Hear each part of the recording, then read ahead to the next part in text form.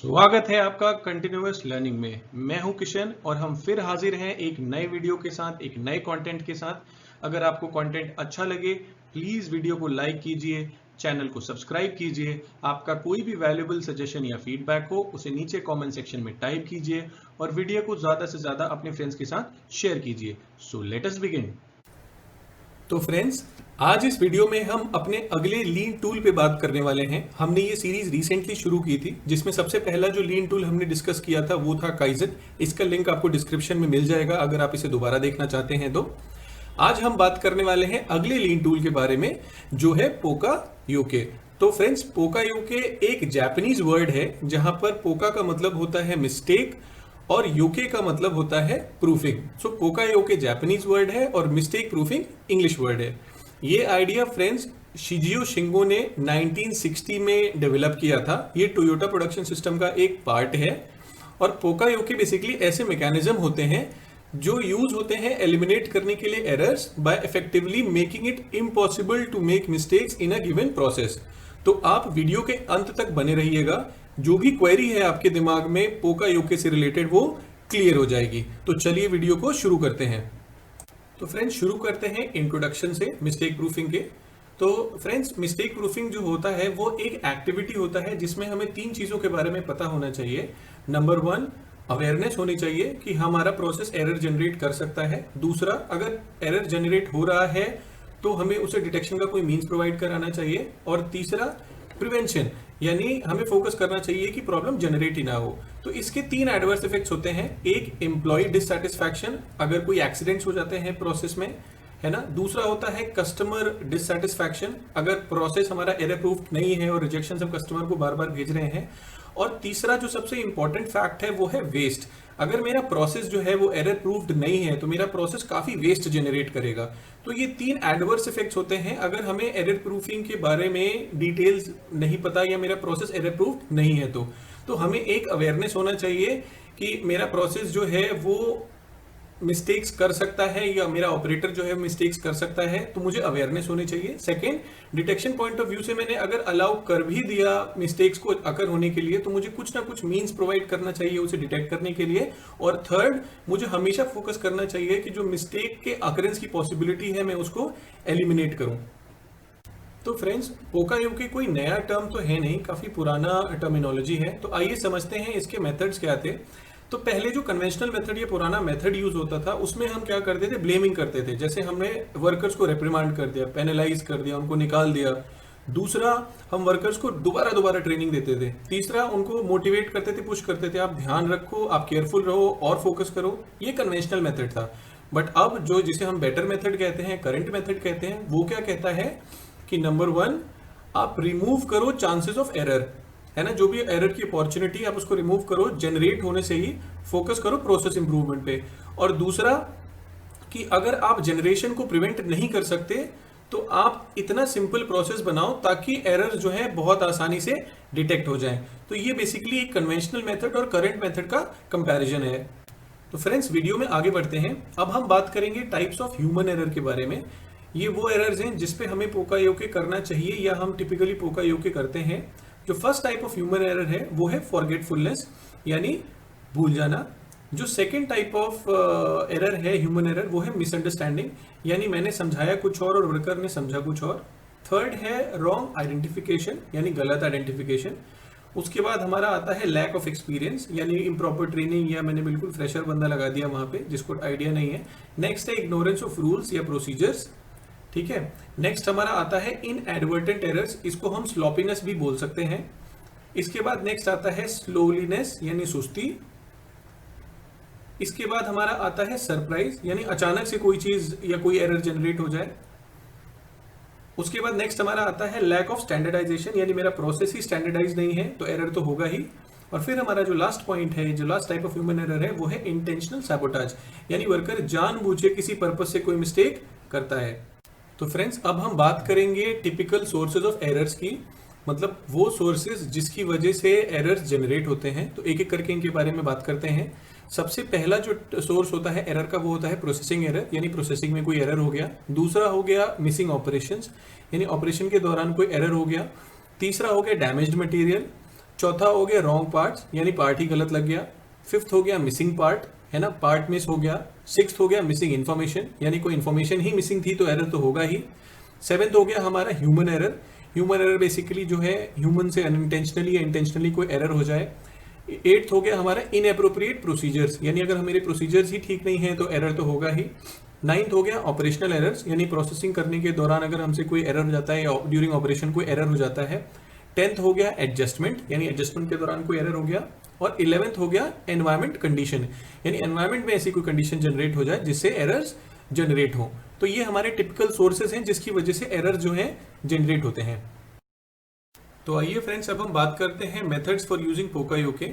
Basically 3 तरीके के methods होते हैं जिससे हम पोकायोके यूज कर सकते हैं। One is contact based, counting based and third is motion sequence based.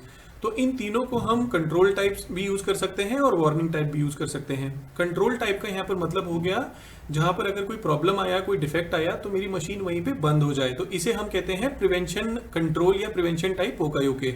Warning system का मतलब हो गया अगर कोई प्रॉब्लम आ गई, अगर कोई डिफेक्ट आ गया तो एक लाइट जलेगी, एक इंडिकेशन होगा, एक बजर बजेगा, इसे हम कहते हैं डिटेक्शन टाइप पोकायोके। तो इन तीनों को हम दोनों कैटेगरीज में यूज कर सकते हैं।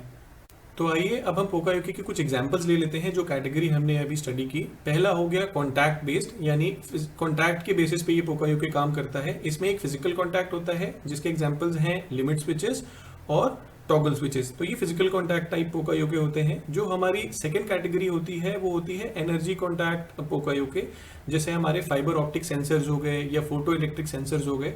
तो ये एनर्जी कॉन्टैक्ट बेसिस पे काम करते हैं, एनर्जी बेस्ड सेंसर्स लगे होते हैं इसमें। जो मेरी सेकंड मेन कैटेगरी थी वो थी काउंटिंग बेस्ड।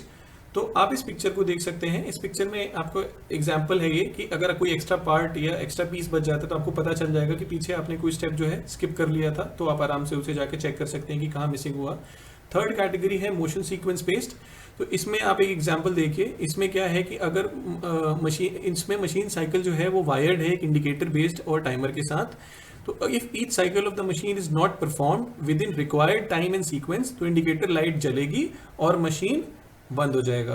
तो ये बेसिकली कुछ एग्जांपल्स है 3 कैटेगरी ऑफ पोकायोके के जो हमने डिस्कस किया था, ताकि आपको समझ में आ जाए कि पोकायोके काम कैसे करता है और उनके कैसे कैसे एग्जांपल्स हैं, तो आपको कोरिलेट करना आसान हो जाएगा। तो आइए फ्रेंड्स, अब हम मेथडोलॉजी डिस्कस करते हैं जिस पे पोकायोके बेस्ड होता है या जिसके बेसिस काम करता है। तो इसका स्टेप 1 जो होता है वो होता है कि प्रॉब्लम को आइडेंटिफाई करते हैं। सेकेंड स्टेप होता है वर्क स्टेशन पे ऑब्जर्वेशंस करते हैं, गैम्बा करते हैं। थर्ड स्टेप होता है आइडियाज के लिए ब्रेनस्टॉर्म करते हैं, हमारे पास काफी आइडियाज हो जाते हैं। फोर्थ स्टेप हमारा फिर होता है कि जो भी हमारा बेस्ट आइडिया होता है उस पर हम जीरो डाउन करते हैं। फिफ्थ स्टेप जो होता है उसमें हम एक इम्प्लीमेंटेशन प्लान बनाते हैं कि हम कैसे उस आइडिया को एग्जीक्यूट करेंगे। सिक्स्थ स्टेप में हम उसको एग्जीक्यूट करते हैं और सेवेंथ स्टेप में फिर हम रिजल्ट्स को मॉनिटर करके फाइनली साइन ऑफ कर देते हैं कि now my poka-yoke has been executed properly, और फिर हम उसको पोकायोके ऑडिट का या स्टैंडर्डाइजेशन का हिस्सा बना देते हैं। तो आइए फ्रेंड्स, अब हम जानते हैं वो क्या 3 गोल्डन रूल्स हैं जो एक इफेक्टिव पोकायोके के दौरान हमें फॉलो करना चाहिए। सबसे पहला, परफेक्ट पोकायोके का आप वेट मत कीजिए। सेकेंड, अगर आपके पोकायोके का सक्सेस चांस 50% है जो आपने अभी आइडेंटिफाई किया है तो यू शुड डू इट। और थर्ड, आप अभी कर दीजिए इम्प्लीमेंट, लेटर ऑन आप जो है उसको इंप्रूव कर सकते हैं। तो अगर आप एक परफेक्ट पोकायोके का वेट करेंगे तो आप कभी इंप्रूवमेंट कर ही नहीं पाएंगे। तो whenever you find an improvement opportunity और आपके पास एक एक्शन आइटम है, आपको लगता है कि ये एक एरर प्रूफिंग कर सकता है, तो आप जस्ट इंप्लीमेंट कर दीजिए, लेटर ऑन आप उसे जाकर इंप्रूव कर सकते हैं।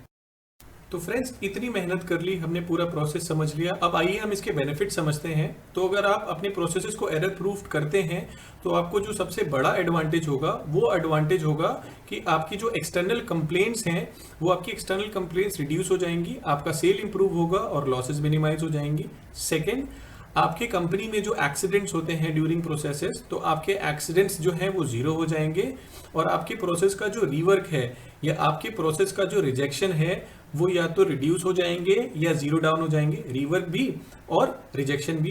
तो ये हमारा एक एडिशनल एडवांटेज होता है हमारे पास। थर्ड जो एडवांटेज होता है, हमारी टीम का जो कोऑर्डिनेशन होता है वो टीम का कोऑर्डिनेशन बेटर हो जाता है, काफी इंप्रूव हो जाता है, और जो टीम वर्क की भावना होती है ना हमारी टीम के अंदर में, दैट इंप्रूव्स अ लॉट, काफी स्ट्रेंथन हो जाती है। तो ये हमारे कुछ की बेनिफिट्स होते हैं पोकायोके करने के।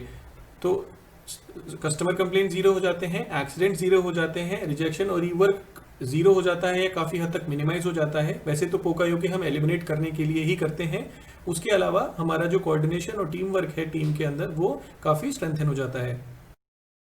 तो आइए अब तक जो भी हमने कुछ पढ़ा है या समझा उसको समराइज किया जाए, है ना। मिस्टेक प्रूफिंग में जो भी इस वीडियो के दौरान हमने देखा उसको अब हम समराइज करते हैं। सबसे पहला कि मिस्टेक प्रूफिंग ये पोकायोके है, it can be implemented in any process, तो हम किसी भी प्रोसेस में से इम्प्लीमेंट कर सकते हैं। सेकंड, हमेशा हमें फोकस करना चाहिए जनरेशन को खत्म करने के लिए। थर्ड, हमेशा हमें मेक श्योर करना चाहिए कि जो मेरे क्रिटिकल टू क्वालिटी या क्रिटिकल टू फंक्शन रिक्वायरमेंट्स हैं वो एरर प्रूव्ड हो, ताकि उनमें उसकी वजह से रिजेक्शंस ना आए जो फंक्शनल इशू क्रिएट कर सकते हैं। फोर्थ पॉइंट है कि पोकायोके हमें हेल्प करता है कि हम सही प्रोडक्ट बनाएं। और फिफ्थ जो सबसे बड़ा एडवांटेज है कि ये हमें हेल्प करता है फर्स्ट टाइम राइट बनाने में, यानी पहली बार राइट बनाने में, और फिर एवरी टाइम राइट बनाने में, यानी हम फर्स्ट टाइम भी राइट बनाएंगे और हर बार भी राइट पार्ट बनाएंगे।